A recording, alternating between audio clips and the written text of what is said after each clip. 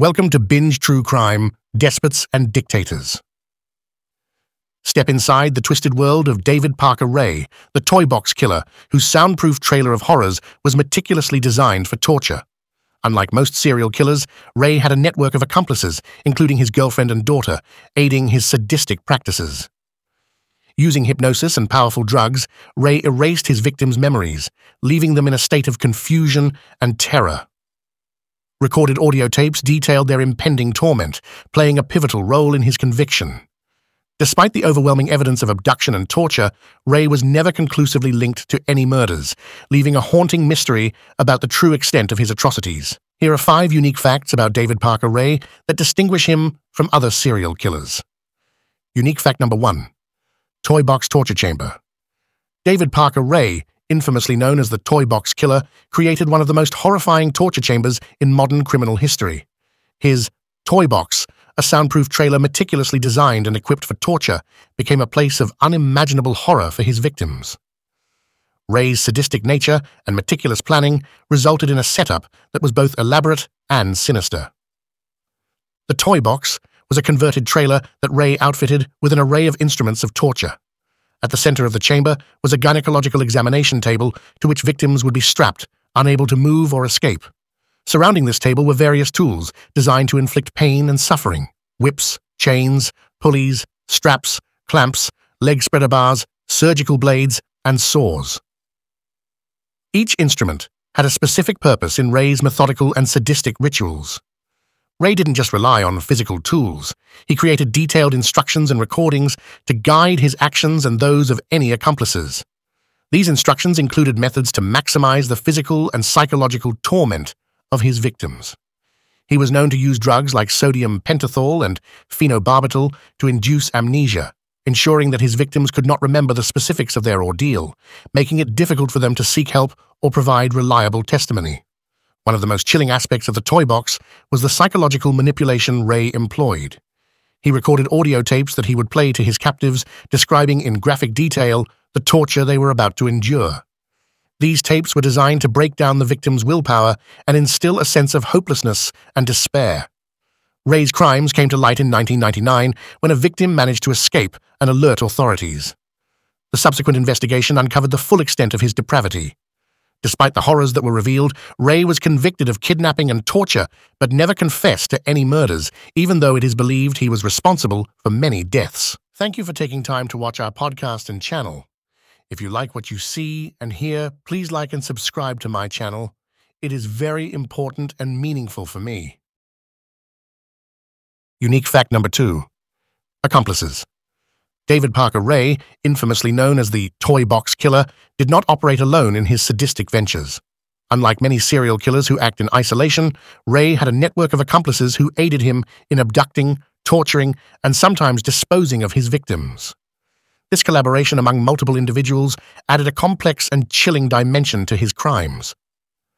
Cindy Hendy, Ray's girlfriend, was one of his most notorious accomplices.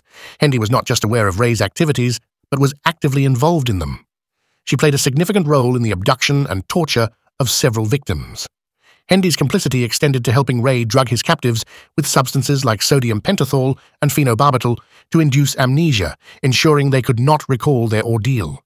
Her loyalty and participation were instrumental in facilitating Ray's prolonged spree of terror. Glenda Jean Jessie Ray, David Parker Ray's daughter, was another crucial accomplice. Jessie's involvement in her father's crimes shocked many, as the notion of a father-daughter duo participating in such heinous acts is exceedingly rare. She was known to lure victims to the Toybox, utilizing her familiarity with her father's methods to ensure their abduction and subsequent torture went smoothly. Her participation illustrated the deep psychological manipulation and control Ray exerted over those close to him. Additionally, Ray had friends and associates who were implicated in his crimes. These individuals, drawn into Ray's dark world, assisted in various capacities, from helping to capture victims to participating in the tortures. The involvement of multiple people in such criminal activities is unusual and highlights the extensive reach of Ray's influence and the depravity of his circle. The exposure of Ray's accomplices came to light after the escape of one of his victims in 1999, which led to an extensive investigation. Cindy Hendy was eventually captured and testified against Ray in exchange for a reduced sentence, shedding light on the full extent of their collaborative atrocities. Jesse Ray and other associates were also brought to justice, though the psychological and emotional scars left on the survivors and the families of potential undiscovered victims remain profound. Unique fact number 3. Hypnosis and drugs. David Parker Ray, notorious for his gruesome Toybox, employed a chilling combination of drugs and hypnosis to manipulate and control his victims. This methodical approach was designed to inflict maximum psychological torment while minimizing the risk of discovery and prosecution. Ray's use of drugs such as sodium pentothal and phenobarbital played a critical role in his sadistic operations.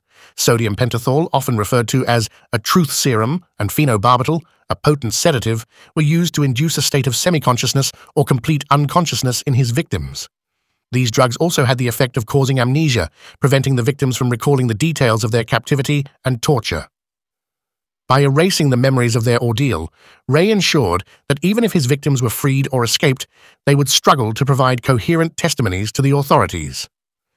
In conjunction with these drugs, Ray employed hypnosis as a tool for further control and manipulation. Hypnosis allowed Ray to implant suggestions and manipulate the psychological state of his victims, deepening their confusion and helplessness. He would use this technique to reinforce the effects of the drugs, making it even more challenging for the victims to piece together their experiences. Ray's method was not just about physical control, but about creating a psychological prison from which his victims could not easily escape. The combination of drugs and hypnosis rendered them mentally disoriented, compliant, and unable to trust their own memories. This psychological manipulation was a key aspect of Ray's sadistic pleasure, as he derived satisfaction from the complete domination of his victims' minds and bodies. The discovery of Ray's methods came to light after the escape of a victim in 1999, who, despite the amnesiac effects of the drugs, managed to provide enough information to lead authorities to Ray. The subsequent investigation revealed the full extent of his psychological manipulation techniques. Ray's use of drugs and hypnosis remains one of the most disturbing aspects of his crimes, highlighting his calculated approach to inflicting terror. David Parker Ray's use of hypnosis and drugs exemplifies the depth of his depravity and his understanding of human psychology. His ability to manipulate and erase his victims' memories underscores the insidious nature of his crimes, making his eventual capture and the testimonies of his surviving victims all the more remarkable. Unique fact number 4. Recorded messages. David Parker Ray, infamously known as the Toybox Killer, utilized recorded messages as a tool of psychological torment. These audio tapes, which he meticulously crafted, served to detail the horrific experiences that his victims would soon endure. By playing these recordings upon their arrival in his Toybox, Ray effectively began the process of psychological torture even before any physical harm was inflicted. The content of these tapes was both explicit and terrifying.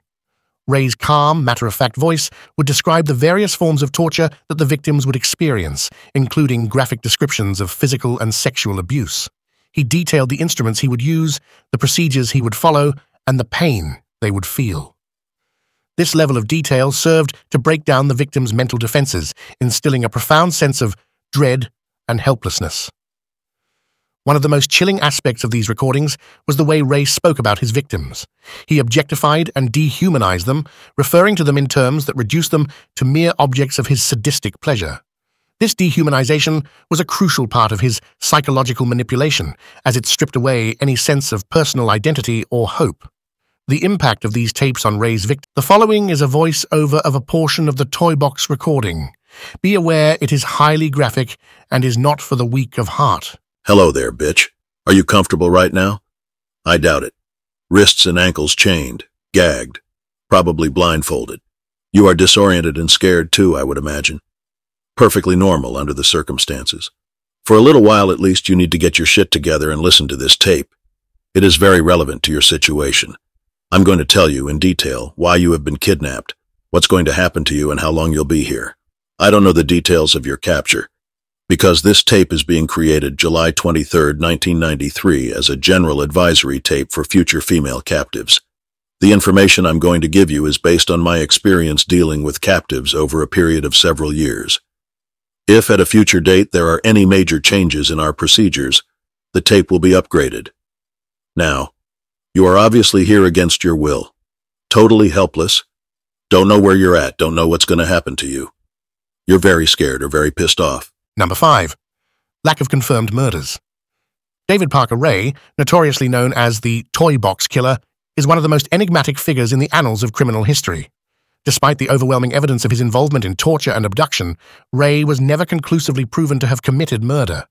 This ambiguity shrouds his case in mystery and leaves a haunting question mark over the true extent of his crimes.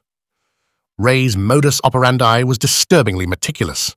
He transformed a soundproof trailer into his Toybox, outfitting it with a gynecological chair, whips, chains, surgical instruments, and other devices designed for torture. Victims were subjected to unspeakable horrors, often drugged with sodium pentothal and phenobarbital to induce amnesia, ensuring they could not recall the specifics of their ordeal. The psychological and physical torment was evident, yet no bodies were ever found directly linked to Ray. Authorities strongly suspect that Ray may have killed many of his victims. During the investigation, Ray hinted at disposing of bodies in remote locations, such as Elephant Butte Lake in New Mexico. However, extensive searches yielded no conclusive evidence.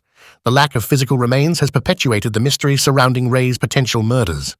Some speculate that he may have had help from accomplices, including his girlfriend, Cindy Hendy, and his daughter, Glenda Jean, Jessie Ray, in disposing of bodies, thus ensuring that no evidence could be traced back to him.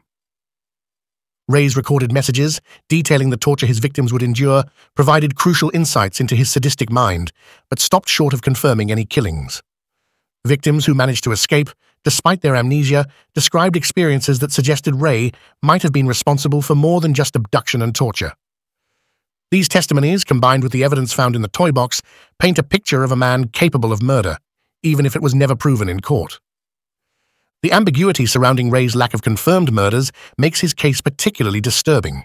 It raises unsettling questions about the possible number of victims and the locations of their remains.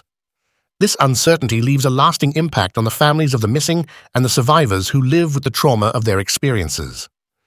David Parker Ray's case remains a grim reminder of the depths of human depravity and the challenges law enforcement faces in bringing such criminals to justice.